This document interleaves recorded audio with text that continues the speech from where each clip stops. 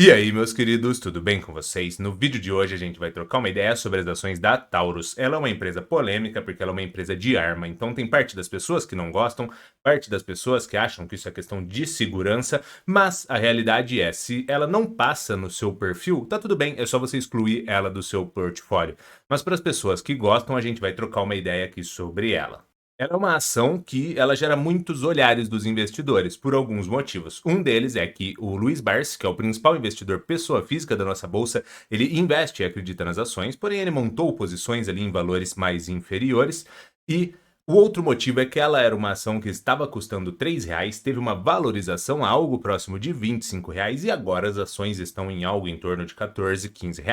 Então muitos investidores ficam com aquela sensação, será que esse daqui vai para 25 ou vai além? Ou será que agora o preço já está caro e ele irá retornar para 3? Então no vídeo de hoje a gente vai passar pelos indicadores fundamentalistas das ações, a gente vai olhar um cálculo de preço justo com base em pagamento de dividendos e a gente vai olhar também para as lucratividades para a gente ver a capacidade de pagamento de dividendos que as ações possuem. Mas é claro que nada do que for dito aqui vai ser uma recomendação de investimentos, mas se você já curtiu o vídeo, já curte o canal, já deixa aquele like aí, já se inscreve, dá essa força aí para o canal crescer. Para a gente visualizar a parte dos indicadores fundamentalistas, a gente está aqui no Status Invest. Se você ainda não conhece ou ainda não utiliza, ele é uma ótima ferramenta para tu efetuar suas pré-análises de investimentos. Então aqui o ticker da empresa das ações preferenciais TASA4, o valor atual de 14,22. Para a gente visualizar aquele detalhe que eu comentei, a gente consegue ver aqui que lá em 2019, 2020, ela estava aqui em algo em torno de 2,80, 3,30 e depois ela teve essa valorização a algo próximo de 25 e agora sim ela teve essas desvalorizações estando aqui nessa casa de 14, 15 reais.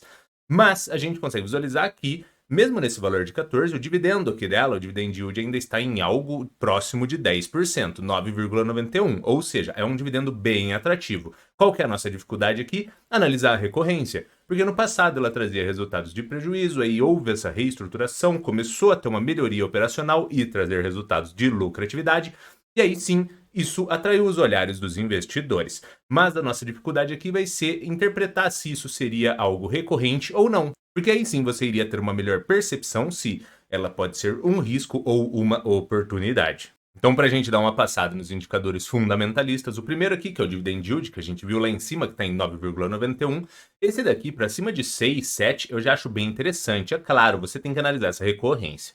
Mas aqui na casa de 9,91 é bem atrativo. O preço-lucro aqui está na casa de 7,71. Essa métrica seria o quê? O preço dividido pelo lucro. Ou seja, o resultado que der aqui nesse indicador é o número de anos que você teria o retorno de investimento, mas isso se a empresa gerasse essas lucratividades de forma igual e recorrente e distribuísse todo o lucro. Ou seja, aqui no caso da Taurus, em algo em torno ali de 7 anos e meio a 8 anos, se ela trouxesse ali 8 anos de lucratividade nesse padrão de recorrência e distribuísse todo o lucro, em algo em torno de 8 anos você teria o retorno do seu investimento. É mais um indicador ali para você ter um norteador, porque o preço sobe ou desce, o lucro sobe ou desce, mas digamos que você investisse nesses valores de 14 reais. Se o lucro aumentasse, o seu retorno de investimento seria um espaço de tempo menor. Se você investir nesses valores de 14 e o lucro cair, o seu retorno de investimento seria um espaço de tempo maior. Mas como eu comentei, ele não é estático e ele vai oscilando conforme preço e conforme lucro. Esse daqui de 10 para baixo e olhando todas as outras questões já fica bem interessante. Então seria mais uma métrica positiva, porque está inferior a 10.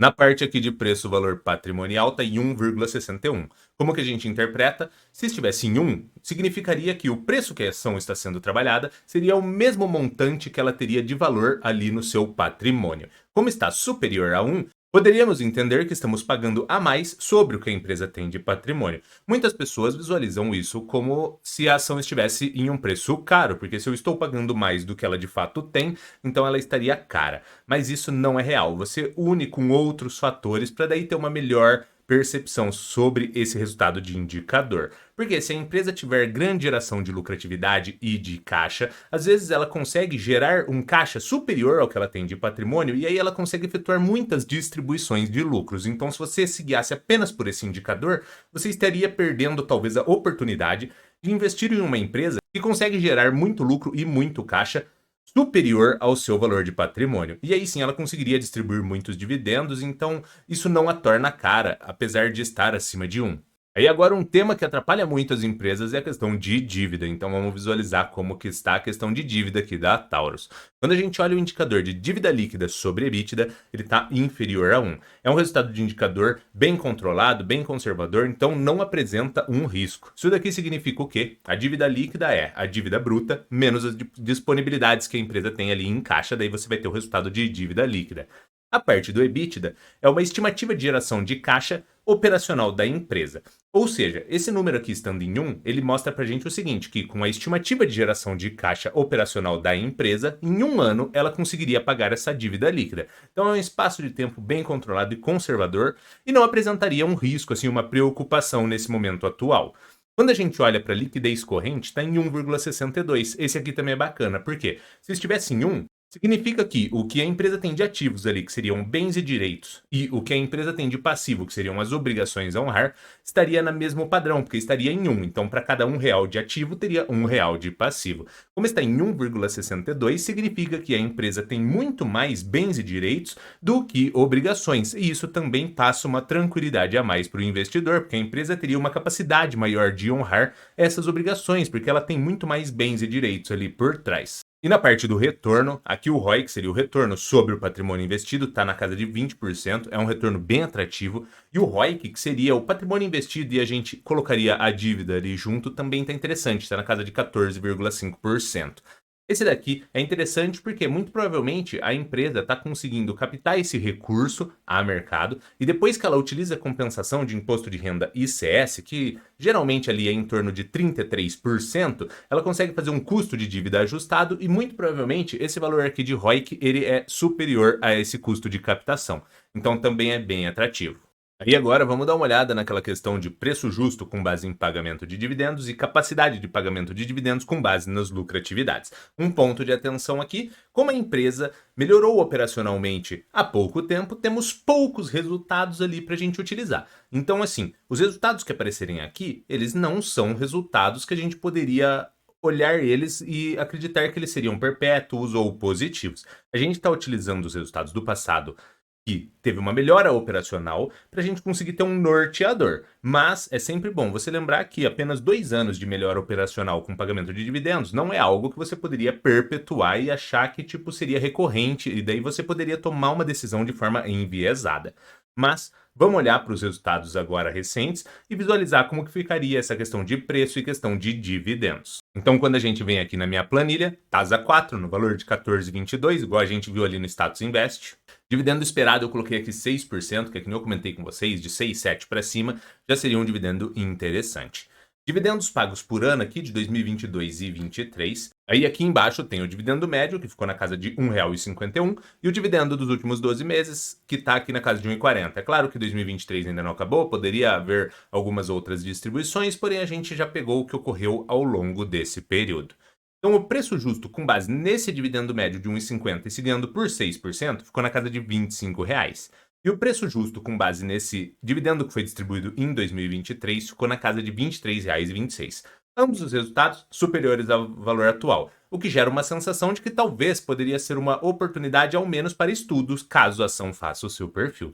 Mas sempre lembrando aquele detalhe, ela teve resultados de prejuízo ao longo do tempo, no passado dela anterior, e você tem que visualizar essa melhora operacional sim, ela é atrativa, visualizar se ela vai ser recorrente, mas também tem que ter uma certa prudência em relação a essa questão de valor. Mas, com base nos dividendos que ela está pagando, caso ela consiga continuar pagando esses dividendos ao longo do tempo, o valor atual gera uma sensação que poderia ser uma oportunidade. E quando a gente vem na parte da capacidade de pagamento de dividendos, a gente tem aqui o valor de mercado atual na casa de 1.788 bilhões.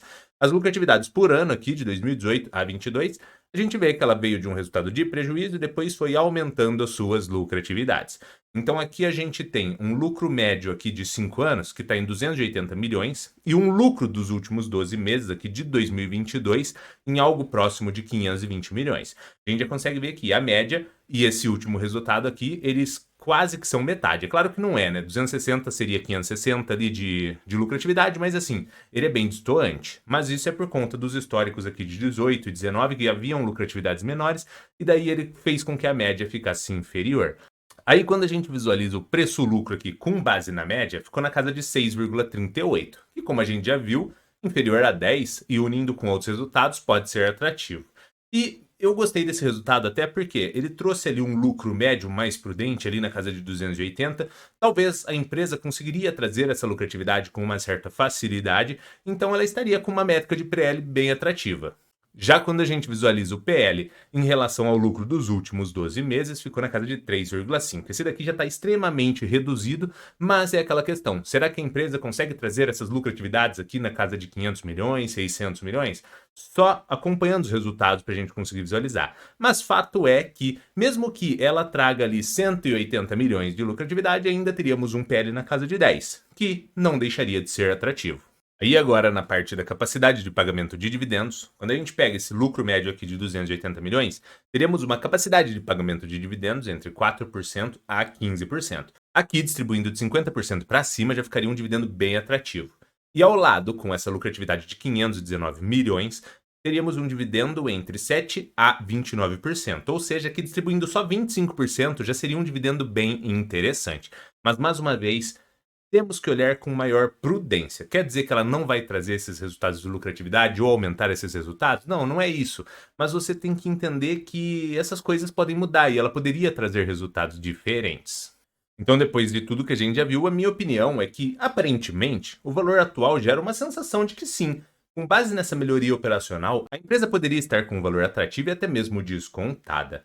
Mas você precisa ficar atento com aquela questão da recorrência, acompanhando essas melhorias operacionais, essas melhorias de resultado, recorrências, e aí sim você conseguiria saber se é realmente um ótimo investimento. Mas talvez, caso ela faça o seu perfil, você poderia controlar o seu risco através da exposição, se expondo a um valor menor. Mas é claro que nada do que foi dito aqui foi uma recomendação de investimentos, porque é você que tem que ser responsável por estudar e se capacitar. Porque no fim do dia, o lucro ou o prejuízo é inteiramente seu. Mas se você curtiu o vídeo, senta o dedo aí no like, se inscreve no canal, dá essa força aí pro canal crescer. Eras isso e abraços!